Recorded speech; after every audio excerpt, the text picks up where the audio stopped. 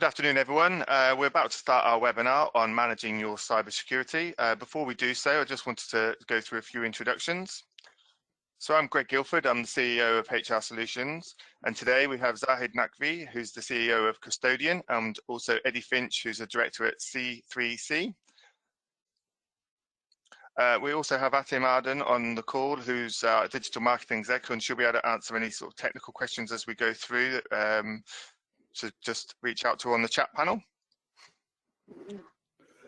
So those of you who have been on our webinars before, we do encourage you to ask questions, but obviously there is quite a few people on the call, so everyone is muted at the moment.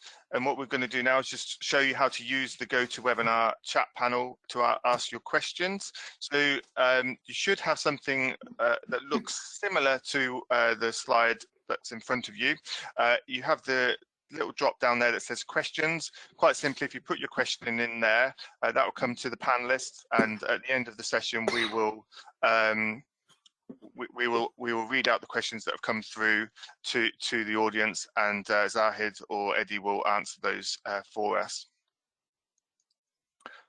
Obviously, we try to make these sessions as interactive as possible, and so there will be a couple of polls throughout the session. Whenever there's a poll, we'll have the image on the screen, but there will also be a pop-up that comes up with the question and also the options for you to tick. If you have any problems with that, just put it in the chat panel and we'll get back to you. So obviously this webinar we've put together with Zahid and Eddie on the back of our recent SME Challenges survey. So in this survey, the SMEs that we surveyed identified managing information security as an area of concern for them over the coming months. So we will put a link to that survey results in the chat panel for you as we go through. But Zahid and Eddie will be providing some insights into how you manage information security through some practical steps over their slides as well.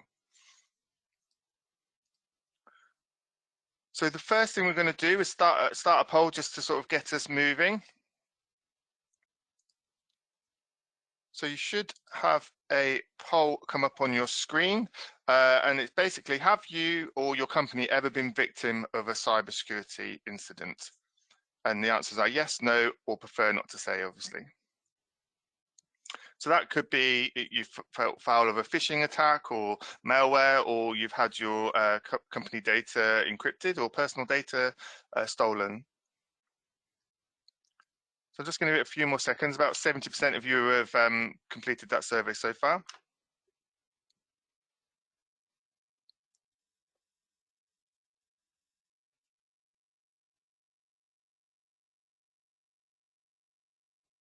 Okay, I'm going to close the survey now.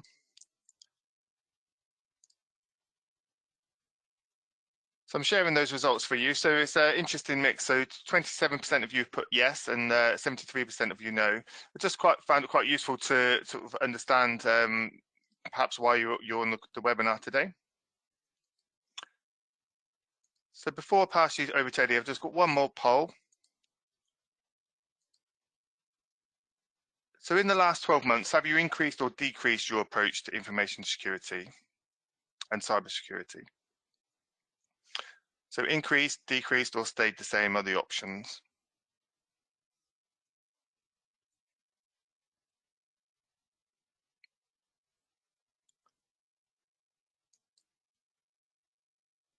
Okay, so most of you have responded now, so I'm just going to close that survey.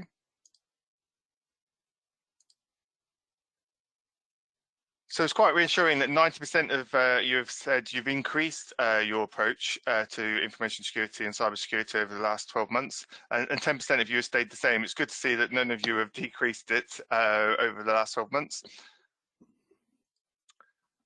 So I'm now going to pass you over to Eddie, and he will carry on with the session.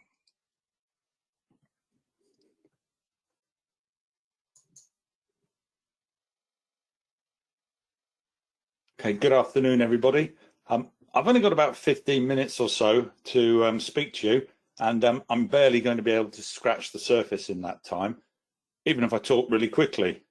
However, what I want to do is perhaps leave you asking questions of yourself and your organization so that you are fully aware of how your business is taking steps, or how you personally taking steps to protect yourself from cybercrime, which is an ever-growing threat today. But before we get into the real detail, it's probably important that we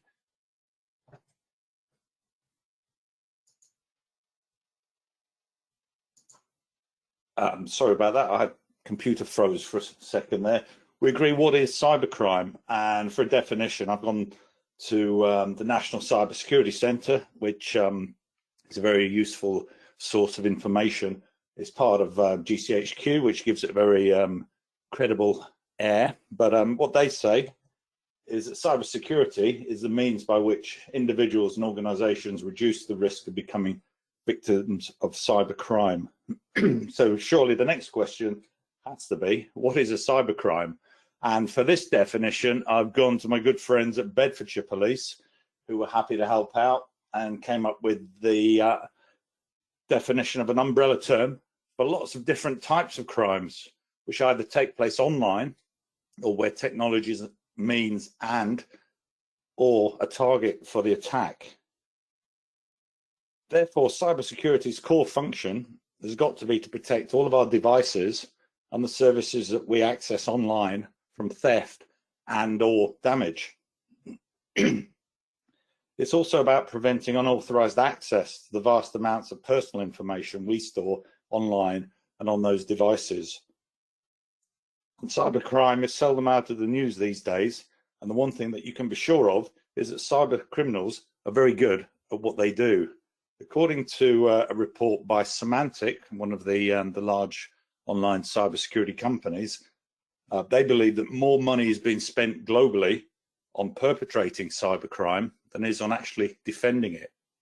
And that's quite a startling statistic when you think about the fact that the criminals are investing more into cybercrime than we are into defending against it. Just to bring that home to some of us who run small, medium-sized businesses in this country, here are some statistics, and they say that 4 in 10 SMEs would struggle to recover from a cyber incident. And the top statistic there, 46% of UK companies have suffered cybercrime or data breach in the last 12 months. Maybe the results of the poll today show that the companies here on the webinar have been lucky or been very successful so far in managing and mitigating their cyber risk, which is great to see. But the one statistic I found quite startling in this is that 1 in every 3,722 emails in the UK is a phishing attempt. And we've all seen these phishing emails. Some of them are good and some of them are excellent. And they're very hard to spot sometimes, and they can do untold damage in your organization.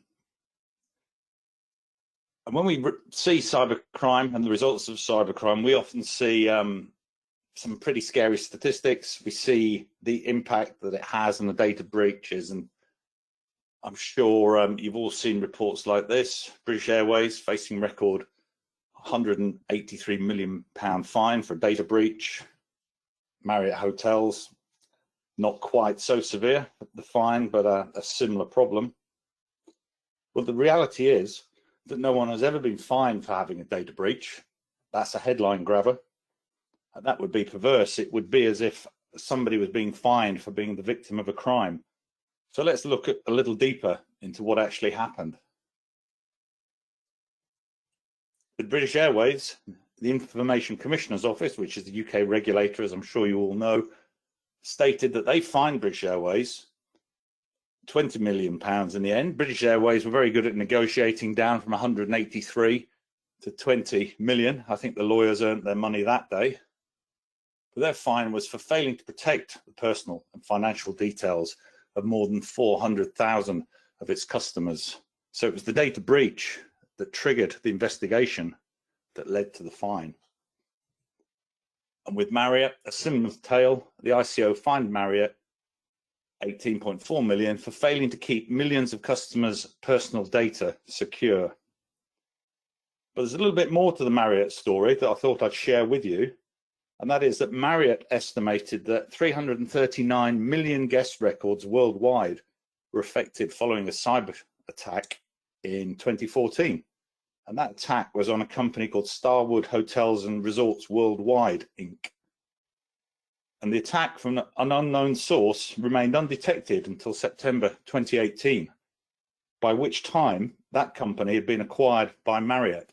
So Marriott bought Starwood Hotels, they inherited the cyber breach and the fine that went with it.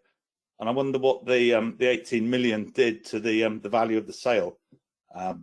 But that's a great indication of why you should do your due diligence, I guess. And we often see these headline grabbing figures about the fines being imposed, but that's always the outcome of an investigation that identifies poor data handling by an organization following a cyber incident or a complaint from a member of staff or a member of the public. And as I mentioned earlier, there have been some very high profile examples of companies getting this wrong. But it's not just the large corporates getting the attention of the Information Commissioner's Office. There's a long list of action being taken against companies, charities, even individuals and public bodies. And would you believe that even the Metropolitan Police and the Crown Prosecution Service have been sanctioned for breaching the data regulations? And whilst I'm talking about headline grabbing, has anyone ever considered the light-hearted and funky names that are given to different types of cybercrime and how they really don't do justice to the damage that can be done to individuals or companies, and in some cases even countries? Here's just a few that I've put down. I mean, some of these, they sound light-hearted. They don't seem as if they'd be doing much damage, but let's look at this. I'm sure everyone's aware and remembers the WannaCry attack on the NHS a couple of years ago. That was a ransomware attack. If you get one of these popping up on your screen, then you really do need to start thinking about taking immediate action, because you've got a major problem on your hands. The criminals are holding your data to ransom and suggesting that if you pay them a nominal figure of, in this instance, $300 worth of Bitcoin, then you'll get that data back. And crikey, we all know we can trust the criminal to deliver once you've paid, I'm sure. And then something else we're seeing more and more regularly now with our clients is toll fraud, sometimes known as phone phreaking. And this is where the criminals are able to access either premise-based phone systems, the traditional sorts of phones that many companies used to have, and more regularly VoIP phone systems, and are able to access, hack in, and start automating calls out to predetermined prepay revenue generating numbers that run up a massive phone bill for the unsuspecting victim, often over the weekend. When they get their phone bill, realize that they've become the victim of a crime.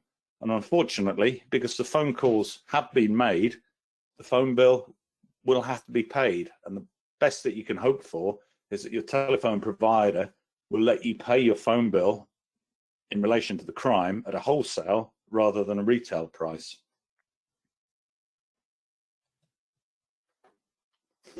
So how do you handle data in your organization, and how do you mitigate the risk of cyber crime? Well, we believe on a three-part approach. We believe dealing with people, processing, technology is the way to go. It's multi-layered, and there's an equal emphasis on each of these parts. And sadly, people are often the root cause of a data breach or a cyber incident. We've seen statistics that say, in many cases, and up to 95% of cyber reported incidents are a result of human input, human error. And if you've ever been unfortunate enough to have to report a data breach to the Information Commissioner's Office, there's a form you have to fill out. And on the third page of that, there's a question that asks you if the staff involved in the data breach have been trained in information security.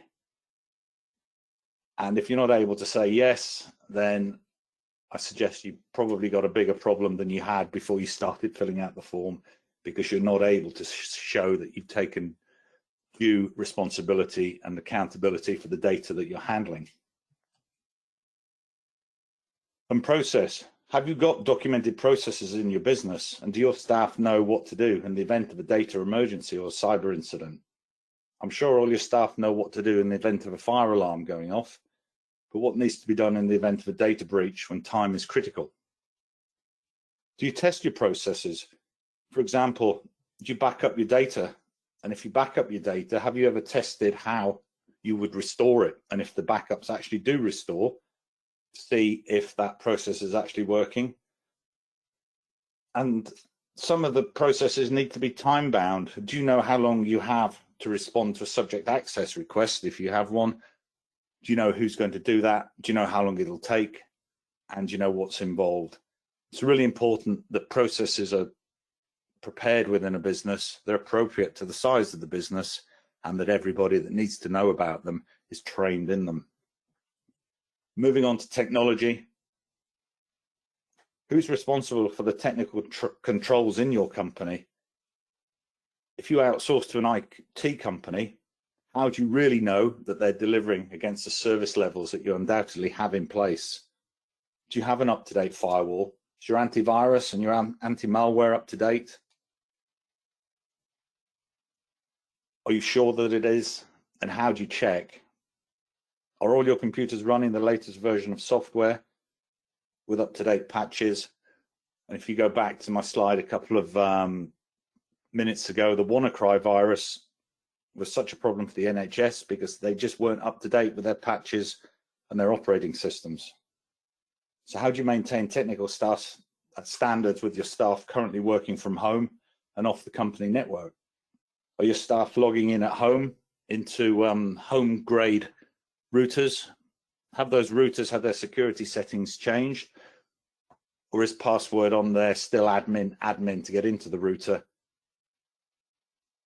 And how many other devices are logging into that router that your staff are using to get onto your company network? Are you using VPNs? These are questions that you should be asking and you should be able to deal with. And don't assume just because staff have got their computers at home that your information is secure. You need to check, you need to risk assess. And everybody has got a lot to deal with. During lockdown, we're all working from home still in many instances. We're all coping. But is your company at risk by not having robust technical controls in place?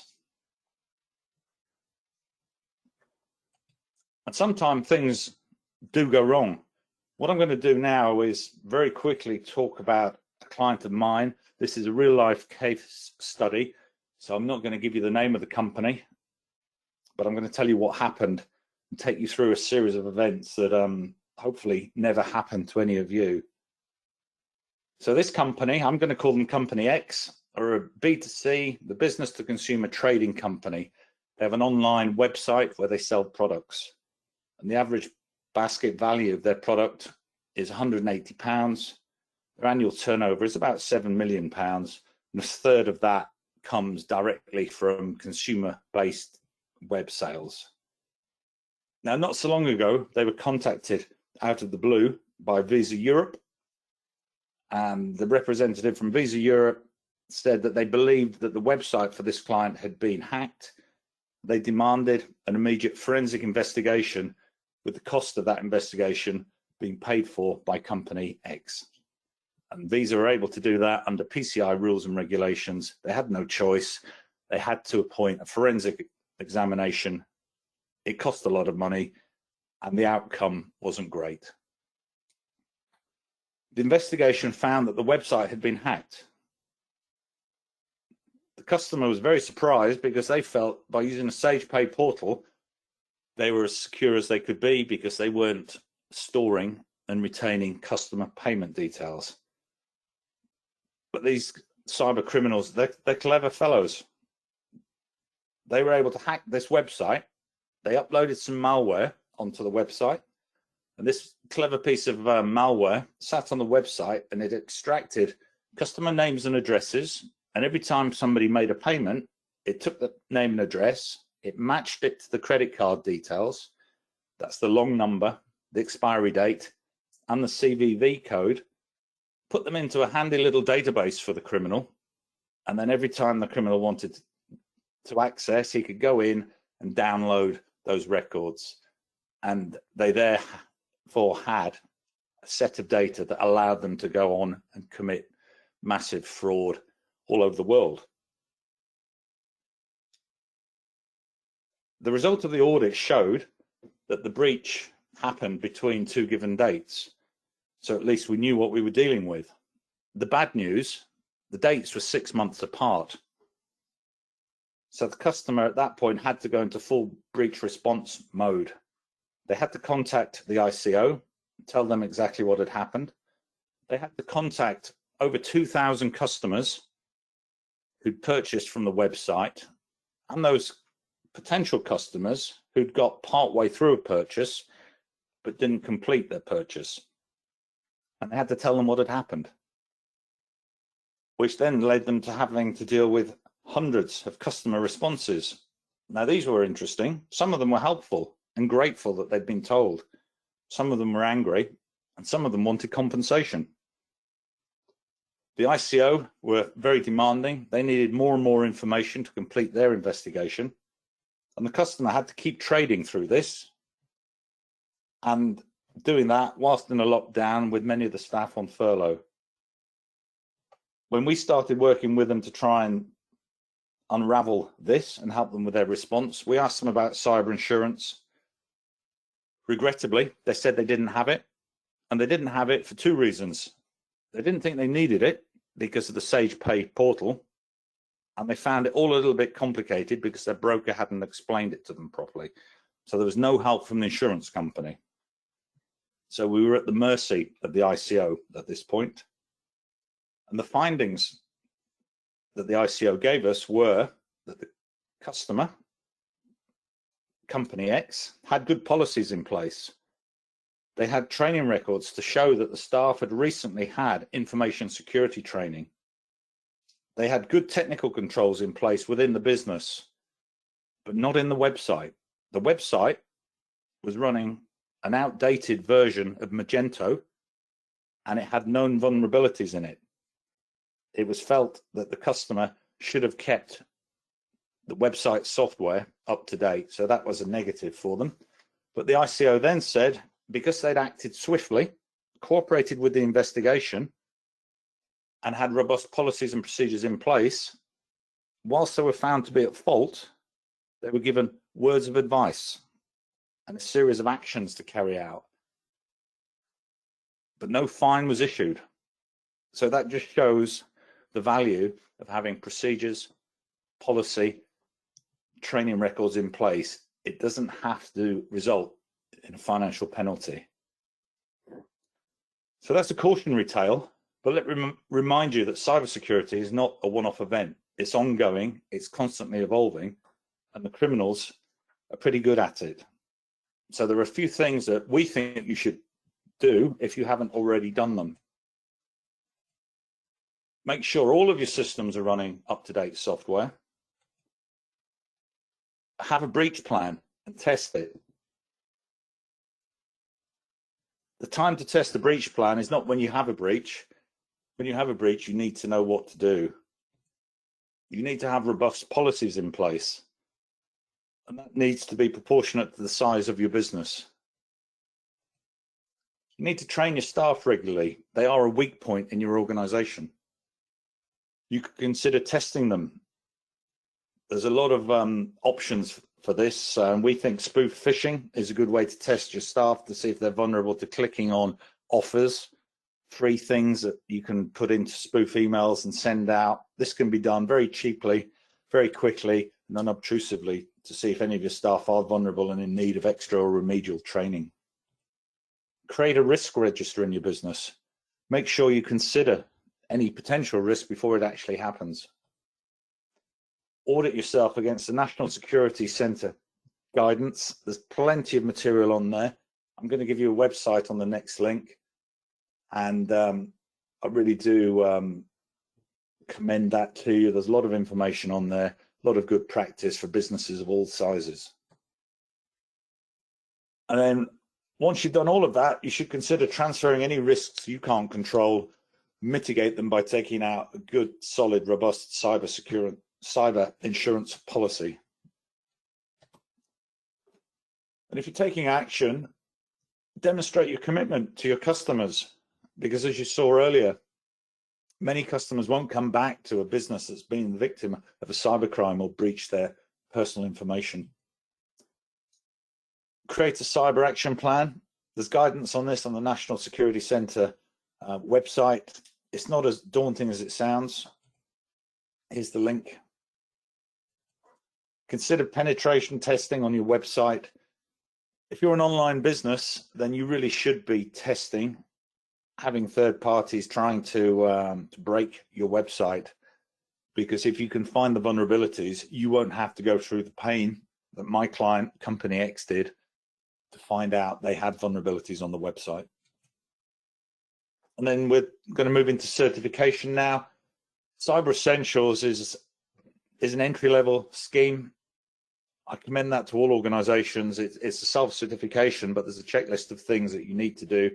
Once you've done them to a certain standard, and that's approved, you can then display the Cyber Essentials certification on your website. The next step up from that is Cyber Essentials Plus, where your networks are tested, and depending on the business that you're in and the customers that you seek, then the certification is a really good way of demonstrating your commitment. And then perhaps more complicated still, but to a higher standard, is ISO 27001. These are all standards that will help you demonstrate to your clients how serious you're taking cybercrime. Okay, that's the end of my presentation. Thank you.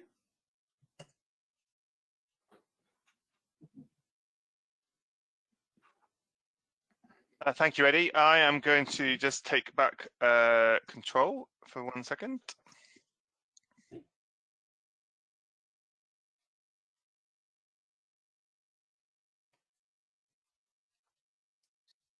So thank you, everyone who's put some questions in. We will answer them at the end of the session.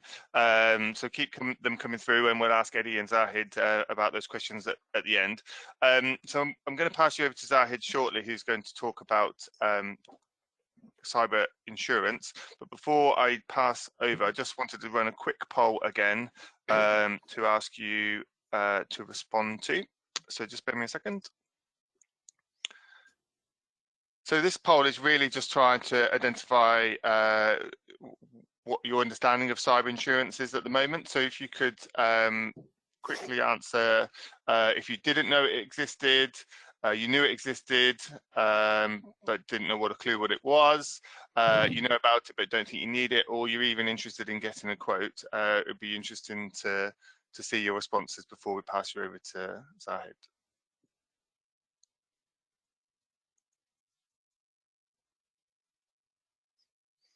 Okay, about 50% of you have voted. I'm just going to give it a few more seconds.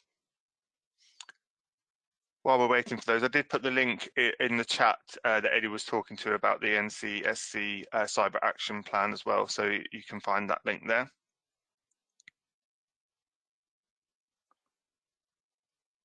Okay, I'm going to close the poll. To share those results with you. So 86% of you didn't know it existed, and 14% of you knew about it but don't think you need it. So that's interesting to see. Okay, I'm now going to pass you over to Zahid, who's going to run the next part of the webinar. Thanks, Greg. Hello, everybody. Hope you're all well. Hope that's not too bleak. You're probably wondering, where is the good news? Well, maybe it's insurance. Could insurance be good news, you might ask? So let's talk about that.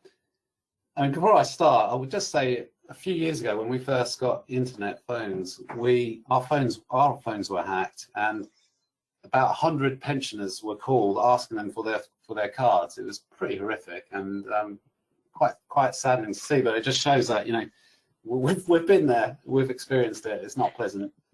It was a long time ago now, and it was before cybercrime became quite as fashionable, if you like, as it is now. But yeah, that was us experiencing it firsthand. So I'm Zahid. My business is called Custodian. We basically insure SMEs and professional risks, really, for SMEs. So our client range is from 100,000 turnover to 500 million and everything in between. And today, I really wanted to just first of all, flag what are the really common problems that businesses are experiencing in this space in terms of cyber security. How does insurance respond to these risks? And then finish off with, well, how do you get a quote, and what do you need to do to make the insurance that you did buy, if you did, actually work for you? So that's all we're going to cover today, and I'll just whistle through it, and hopefully at the end of it, you'll have this whole sort of cyber insurance thing into a little bit more focus. So we'll start with the common problems. I'm trying to change my slide, but there we go. And they are, I'm just going to spill some jargon over to you: phishing, malware, ransomware, weak passwords, and insider threats. So they're the main things. And I'll just touch on each one of them. Phishing is where, let's say you've all got suppliers, customers, all those people who ask you for invoices regularly. And so you pay an invoice and then you realize it wasn't quite the person you thought it was, whose invoice you paid. We had an example of this. One of our estate agent clients, they just found a property for the tenant. The tenant then received an invoice saying, can you please pay the £4,000 for the deposit of your new flat, which the tenant paid, only to realize later on that actually it wasn't the estate agent that had sent that at all. It was a hacker who'd gotten into the estate agent and managed to sort of send a very convincing looking invoice to the tenant. So there's an example of phishing. Malware is, Ed touched on it a little bit briefly. It's a malicious, pernicious, vexatious little monster that gets into your system, and you can unleash this little beast by clicking on something, downloading something, opening something. Click this, open that, and it can cause quite a lot of problems. It can sort of cripple your systems, and it opens the door to hackers getting information out of your system. It can create a lot of damage. So that's malware.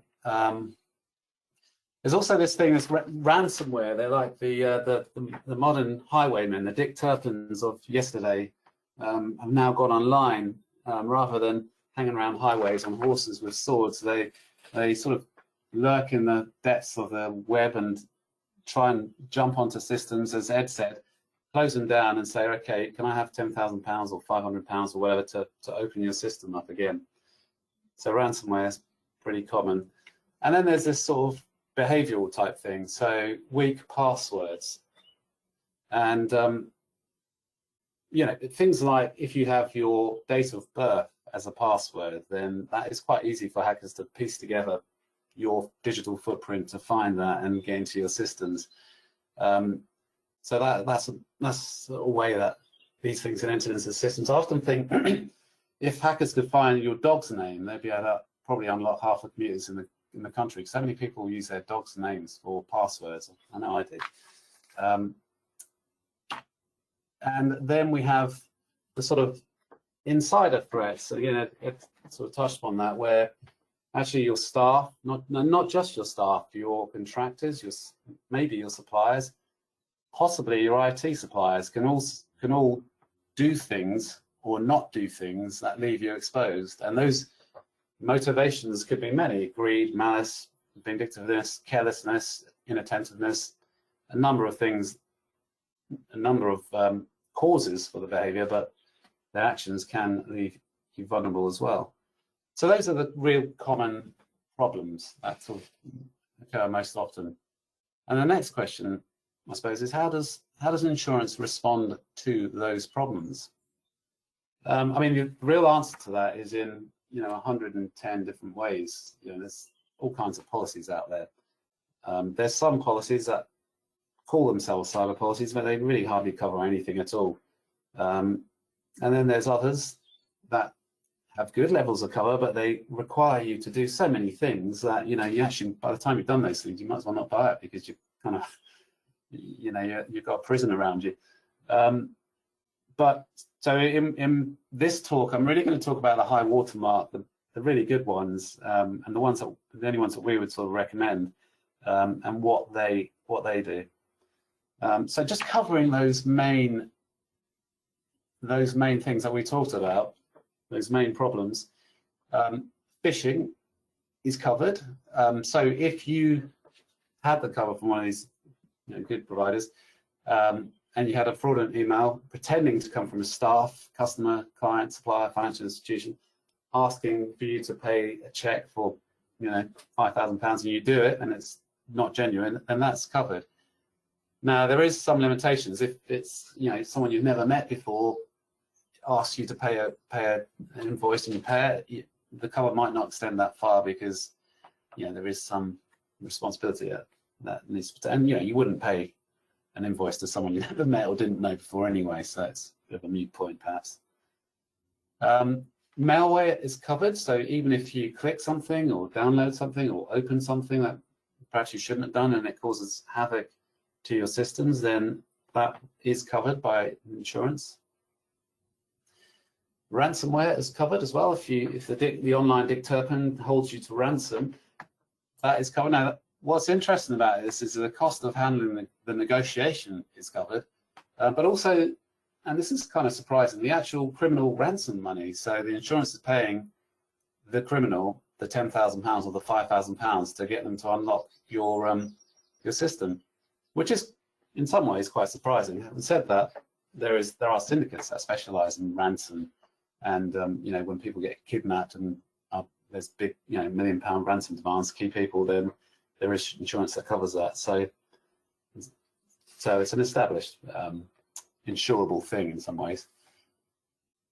And weak passwords are covered, and by that I mean that if you do have your date of birth, and that is covered. If your password, there isn't any provision to have a certain level of password strength before the cover kicks in, it's covered. Even if you don't have dual authentication. Now, if you don't know what dual authentication is, maybe put something in the chat or find out, because it's quite useful to know. And then insider threats. I mentioned the actions of the employees, subcontractors, or the inaction of them. That's covered. If they do something or don't do something they should have done, then that's covered. Like in the physical world, this is quite interesting. If you had an office and your staff left without locking the door and you were burgled, it might probably not be covered because there isn't a requirement to lock the door.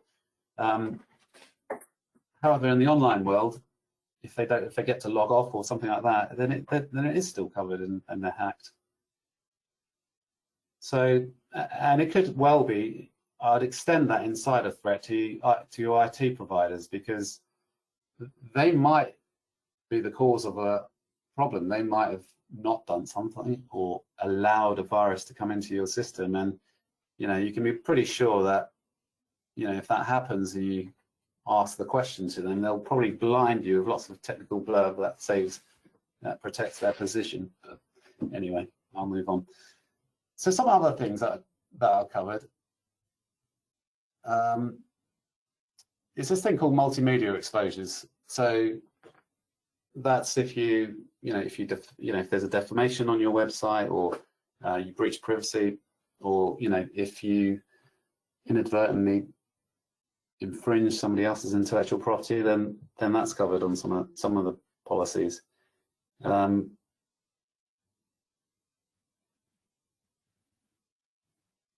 Telephone phreaking, Ed mentioned that, and if you are the victim of one of these people hacking into your phones and making all these calls to premium lines, then that would be covered as well. So the phone element of hacking is covered. And also the fines were mentioned earlier on as well, that if there is a privacy security breach and there is a civil fine, then those fines and costs of fielding one of those investigations would be covered. So I've talked about what the common problems are, and I've talked about how insurance responds to those, and actually it does respond pretty positively, or some of the policies do.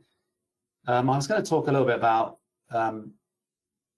one thing that isn't covered, and one thing you can't get insurance for is if, due to the result of a breach, people lose confidence in your business and they decide, actually, I don't want to trade with that business anymore because I don't feel comfortable. TikTok springs to mind, but anyway, and you know, that's just a business risk that is kind of uninsurable. Having said that, there is some PR cover, but I'll come on to that in a minute.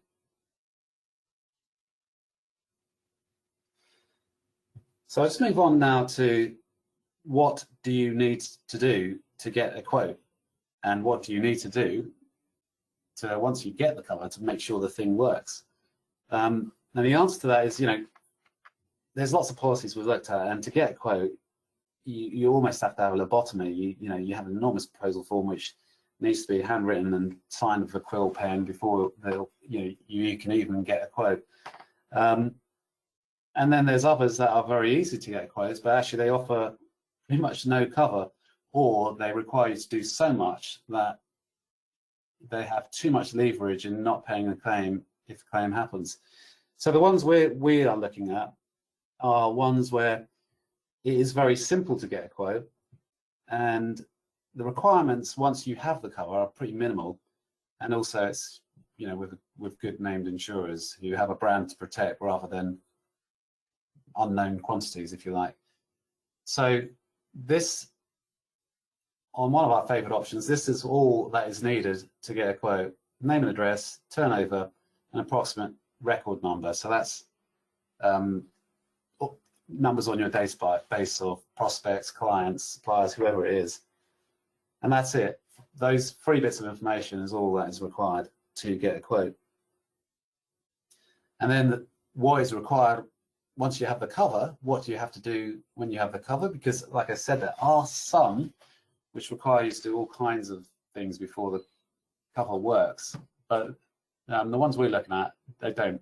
There is one requirement, which is that you need to back up regularly. They don't define regularly, so arguably if it was every week or every 2 weeks, you could say that was regularly. I would think that most businesses would be doing this anyway, otherwise that would be a very risky way of operating. But just back up regularly, and if you have a problem, notify it quickly. Don't sit on it, just get on the line and notify it quickly. Which kind of leads us rather nicely to what happens if there is a claim. So, I mean, first off, it's really important that, you know, when you have the insurance, there's a 24/7 response line, because if you have a breach at 5 o'clock on Friday and you can't get hold of anyone until Monday, then that doesn't lead you in a very, very good place, because that's like 2 days of infection. So you want someone to be able to jump on it, deal with it immediately, and kind of stamp the online fire out before it can spread. And then I'll just briefly, kind of won't go into these too much detail, but I'll just quickly flag a few of these up, and then you can read them as well to highlight what costs are covered by the insurance. And just to clarify a few of those headings, like loss of income. So your business's technology, for example, has been brought down and you can't trade for a period of time, and therefore you're losing income. So you would get that income insured by business interruption. So I know business interruption is probably a very controversial couple of words at the moment, given the COVID stuff. But this, if your system is brought down by a hack and you can't trade, then there is cover in cyber for that loss of income. And there is cover also for the repairing of the damage to your system, but also if you've lost data due to the hack, digging it up and finding it again. I mentioned about the loss of reputation, so PR costs would to try and get your reputation improved are also covered, and I spoke about the cost of the ransom and fines and so on, and the crime if you pay an invoice to the wrong people. So those are the things that would or I think should be covered by a cyber insurance policy. I think some other things, some little pictures going up. The other thing to look at is how else can the insurance policy support you? Now, I can understand that to some extent it feels like another expense to buy something that you hope never to use, which is why I like one policy which actually offers a lot of service. I mean, Ed mentioned having policies and procedures in place. This particular insurance solution gives you access to 500 compliance policies, procedures, everything you kind of need from to protect your business and to demonstrate that you've done what you can. It offers online training to staff as well, so you can demonstrate that you've trained your staff on information security, as Ed alluded to earlier. It gives you opportunities to get CPD points in this area, and also it actually gives you a health check in terms of how vulnerable is your business. So you get all of those things included in the price. So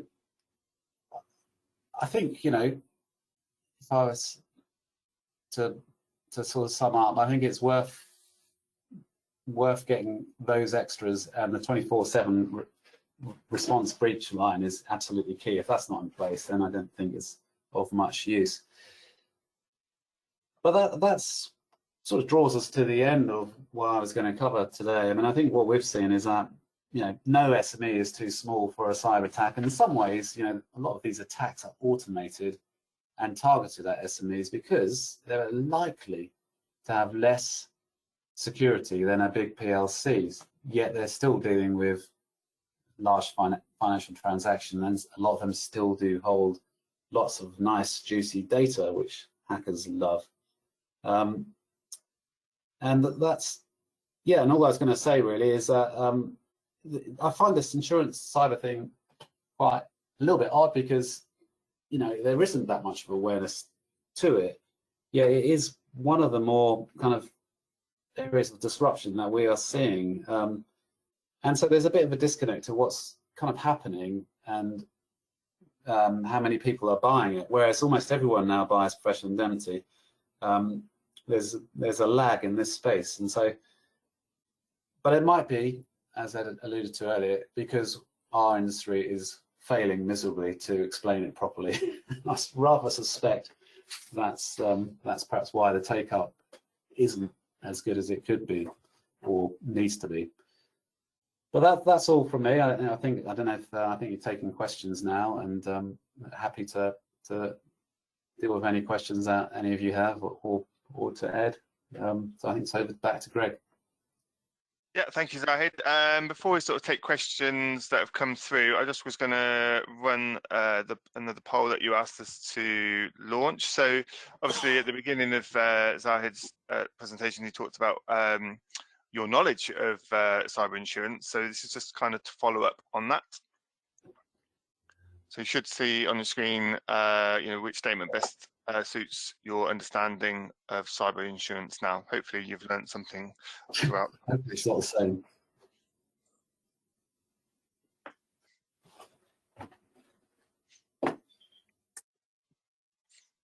So just while we're waiting for that poll to run, so we will take questions in a moment. So quite a few have come in as we've been talking. If you do want to raise any more, then please put them in the Q&A section now, and we'll aim to cover those before we close the webinar. Okay, I'm just going to close the poll and share the results. So there has been a bit of movement in the results now. So obviously 33% didn't know it existed before, but there are you know, 33 that are interested in getting a quote now, and then 33% didn't know it existed and didn't think they needed it. So yeah, that's good to see that the poll has switched.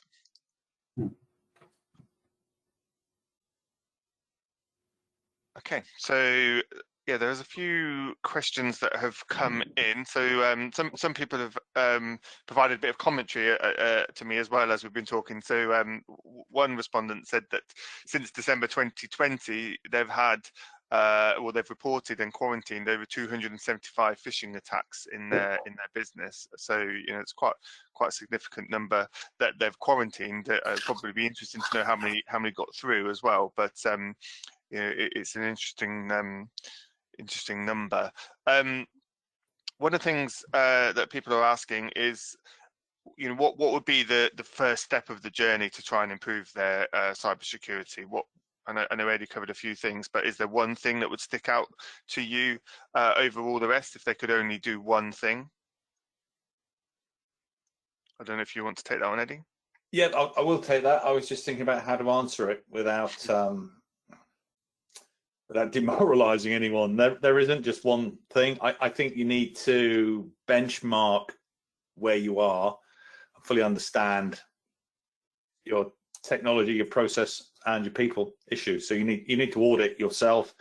There's a great tool on the National Cybersecurity Centre website to assist with that if you fancy having a crack at it yourself. No one company is the same, but if there is really one thing everyone should do if they haven't done it, it's two-factor authentication on every possible account you can get that on in both your business and your private life. If that happened, then there'd be a lot less cybercrime happening. I'll probably add to that, don't have your dog's name as your password. You might want to change that, Zahid. I picked up on you saying that it was part of your password. Yeah, I was going to ask Zahid, what's his dog called? Yeah. When somebody else put through that they've seen in the news that the White House are warning about a vulnerability in the Microsoft Exchange server. You know, do you have any recommendations of what people should do if they are using Microsoft Exchange servers? I know a lot of people probably now move to the cloud, and it's a bit of old technology. But do you have any recommendations of anything that they need to do? Yes, I think they need to get in touch with whoever maintains that, if they've not already been in touch, and find out exactly what they're doing to resolve that issue. It's now a known vulnerability, and the fix is widely available. It's a technical fix, so we won't go into it, but the IT provider or the maintainer of the Exchange server needs to be acting straight away. Thank you, Eddie. And then one of the questions was around the sort of cyber training as such. So what kind of things do you think should be included in cyber awareness training?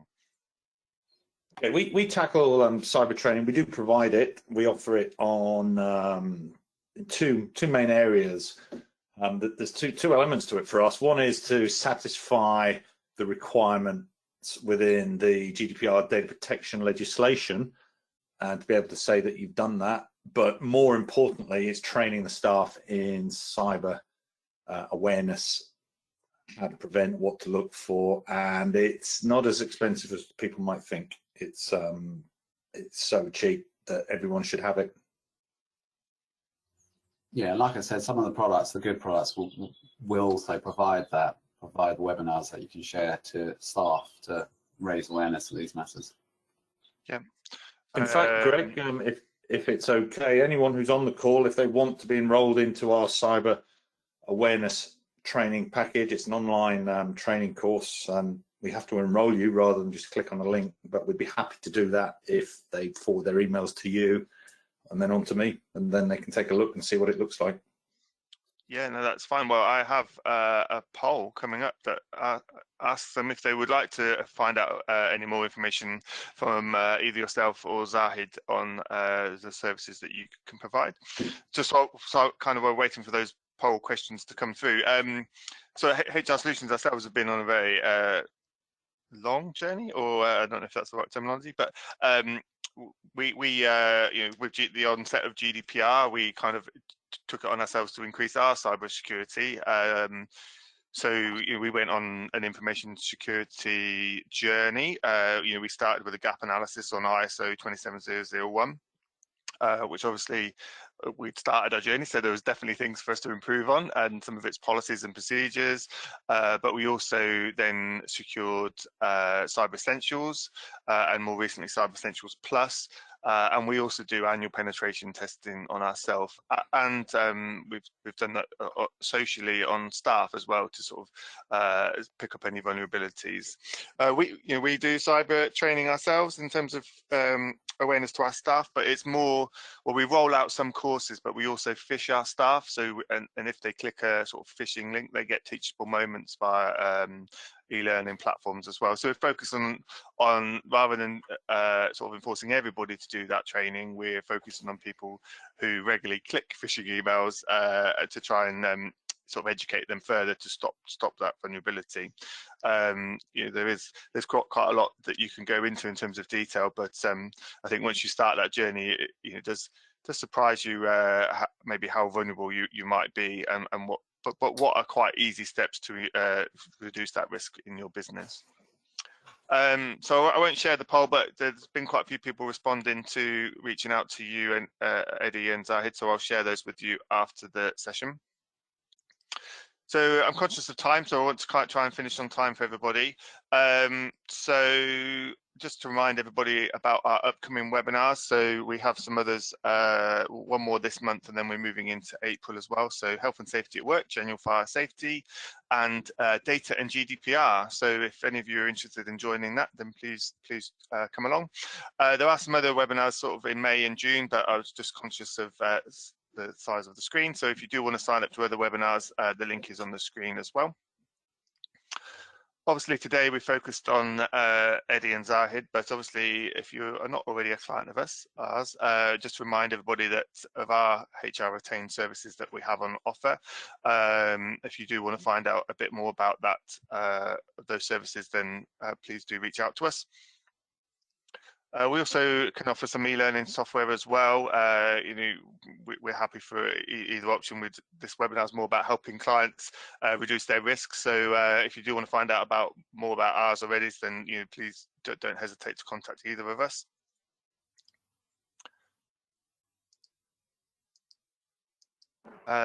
Sorry, I've still got the poll up. I wasn't sharing my screen, so you didn't see the upcoming webinars. Just to remind everybody, we do have HR retained services, which is on your screen, but we will send these slides out afterwards as well. And that's the kind of e-learning we talk about as well. So cyber essentials, malware, phishing, and GDPR as well. And then just final poll, if you want to find out anything about HR solutions, our services, so HR support, the e-learning options, we do also provide recruitment services and engagement surveys as well, if you want to find out about any more of those.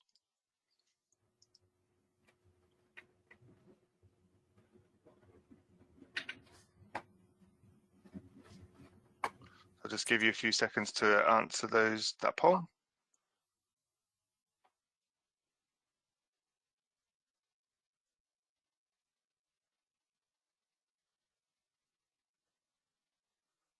Okay, I'll just close that poll. So thank you for those of you who've completed it. The other thing is our newsletters. So we send out regular newsletters about obviously HR and health and safety topics, and on there you will get the invite to upcoming webinars as well as soon as we've launched them. We do have quite a strong webinar program over the next couple of months. So if you want to be the first to hear about those, then please do sign up to our newsletter. And if you do have any other questions that you'd like to ask that we didn't get to cover today, then please just reach out to us on inquiries@hrsolutions-uk.com, and we'll come back to you as soon as we can. And if they are for Zahid and Eddie and you didn't capture their details, then we'll forward those on for you as well. That just leaves me to thank Eddie and Zahid for their time today. I hope everyone found it useful. It was recorded, so we will put that up on our website as well. And that just leaves me to close the webinar. So thank you, everybody, and see you on our next webinar. Thanks very much. Bye-bye. Thank you.